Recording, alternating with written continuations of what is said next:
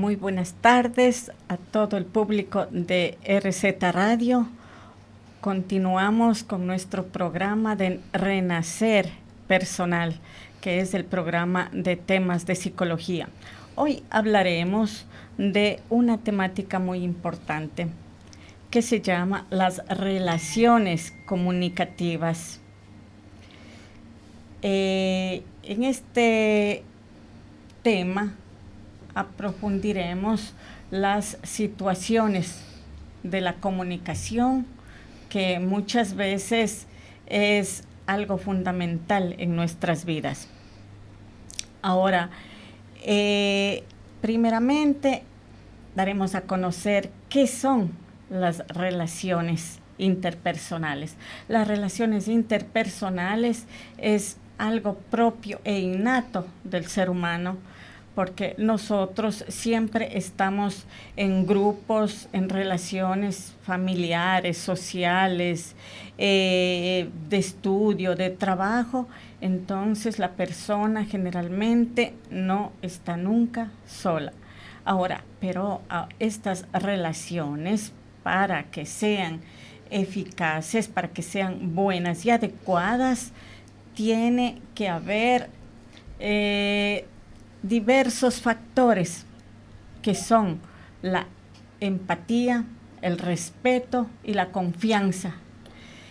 Y así llegamos a una comunicación adecuada, que dentro de la comunicación adecuada o eficaz está la escucha activa. ¿Qué quiere decir escucha activa? La escucha activa quiere decir comprender las diferencias comunicativas de las diferentes personas, ¿no? Es la clave de la comunicación, el saber escuchar. ¿Y hay una diferencia entre escuchar y oír? Sí, la diferencia entre escuchar y oír es la situación en que muchas veces nosotros podemos escuchar a las personas, más oír quiere decir que estamos también escuchando, oyendo lo que nos dicen. Nos pueden mandar un mensaje, nosotros solo oímos. Más escuchar es algo diverso. ¿Qué quiere decir? No solo entender el mensaje oral, sino que también el mensaje no verbal y también las emociones y el mensaje que manda el cuerpo, la persona. Entonces, ahora podemos decir que nosotros sí estamos escuchando. Ok, entonces podemos decir que aún si no hablamos, podemos comunicar algo. Así es, porque el mensaje del cuerpo, el mensaje de nuestras emociones nos dan también un mensaje comunicativo, nos dan una comunicación que nosotros, si queremos entender a la persona con quien estamos hablando, debemos tomar en cuenta todos estos aspectos, todas estas características que son importantes y fundamentales en una comunicación. Uh-huh. Y si la otra persona tiene un bloque, tiene un muro, no quiere escuchar, no quiere comunicar, ¿cómo podríamos nosotros reaccionar? ¿Qué podríamos hacer? Ahora, cuando la persona que no quiere hablar tiene esta dificultad, será capaz porque no tiene la confianza de comunicar qué le está pasando, o capaz que esta persona no se siente en grado de expresar con palabras su problemática, pero están los gestos, está también sus emociones, que nosotros debemos llegar a entender estos factores para iniciar a interaccionar con esta persona. Esto es una cosa que se debe hacerse a nivel de pareja y a nivel de hijos y padres, pienso, ¿verdad? También no solo, también es la relación familiar, social y de trabajo. Justamente cuando hay una comunicación no adecuada, no eficaz entre padres e hijos, la escucha o la comunicación no llega a esa comunicación, sino solo a oír y no a escuchar.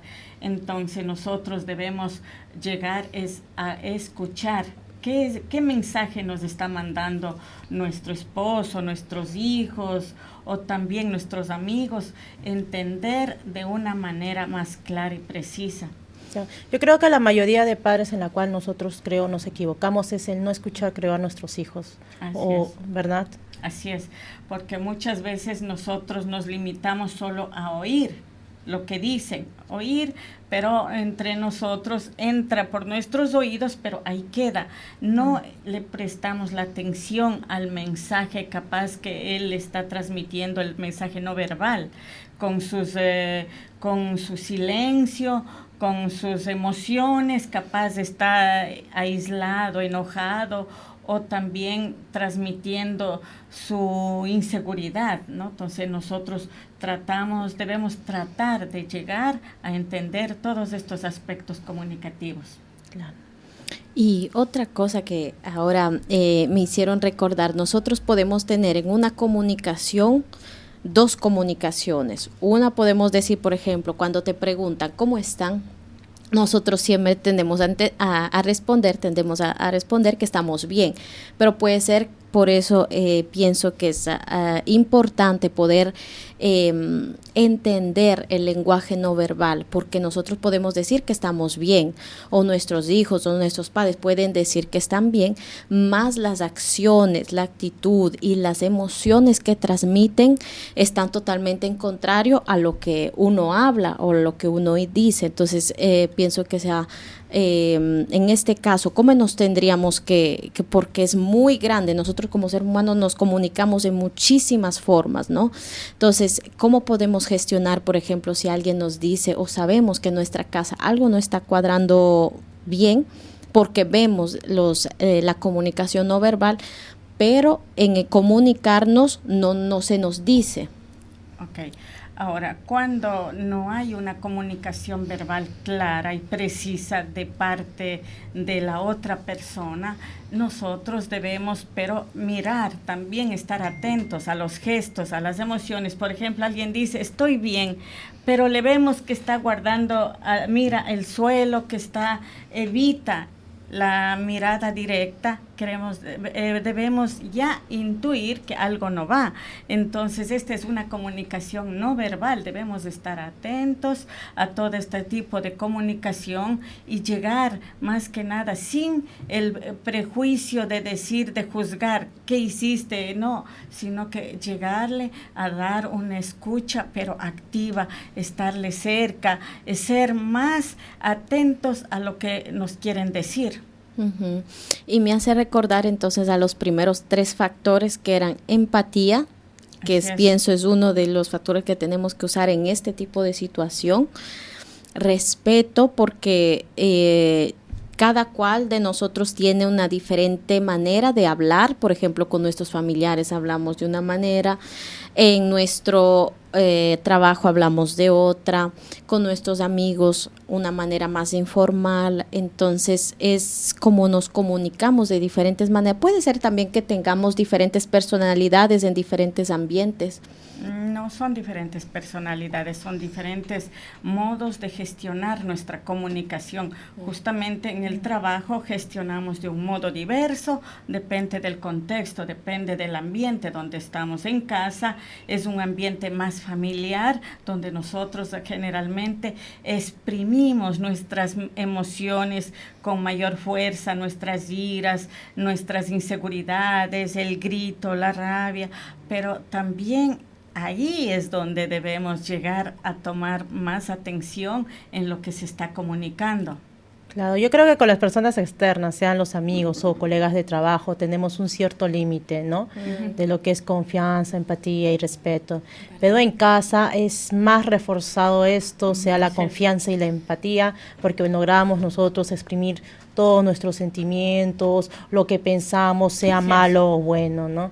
Así es, porque justamente el hogar nosotros decimos es nuestro lugar de familiar, de acogida, ahí donde nosotros nos exprimimos con mayor fuerza todo lo que sentimos, aunque indirectamente, aunque involuntariamente, nos sale aquí también nuestras emociones capaz de rabia, de enojo, pero que muchas veces los padres no llegamos a entender porque estamos concentrados simplemente a escuchar, a oír, más no a escuchar. Y ahora lo que debemos sí reforzar en una familia, en un hogar con los hijos, es el saber entender qué es lo que está atravesando nuestros hijos con esta confianza, a ser las personas que le demos oportunidad de escuchar, igual a nuestros amigos, a nuestros parientes, dar la oportunidad de ser nosotros los que escuchamos, no ser nosotros que impongamos una temática y hablemos y hasta ahí quedamos, sino que mejor es escuchar a los otros, que así nos ponemos en el papel del otro y podemos entender mejor a la otra persona y la comunicación mejora, porque la persona entra en confianza, nos puede dar a conocer muchas cosas que en confianza sí puede darlo en modo abierto, que cuando no hay confianza la comunicación es corta, limitada. Antiguamente, yo me recuerdo que mi abuelo decía, ¿no? Él decía, no, yo decía que se tenía que hacer así y así se hacía. Y mi mamá, la misma cosa. O sea, aquí mando yo digo así y es así y punto. Pero yo creo que hoy en día nosotros lo hemos entendido y hemos visto que esas cositas como que ya no funcionan, ¿no? Entonces transmitimos a nuestros hijos otro tipo de comunicación, otro tipo de raporto, ¿no? Así es, porque justamente, como tú dices, nuestros padres no utilizaban una comunicación como nosotros queremos, una escucha activa, sino que simplemente era un oír, decir e imponer, porque justamente el respeto depende de nuestras generaciones pasadas. El respeto era visto de esta manera, una obediencia, pero de un solo lado. En cambio ahora nosotros sabemos que también el respeto es cuando sabemos escuchar, sabemos entender cuál es el punto de vista de la otra parte, porque ahora sí se llega a una escucha activa, porque también nos escuchan y sabemos escuchar, va en un equilibrio comunicativo. Claro, porque yo, por ejemplo, con mi hijo entablo, ¿no?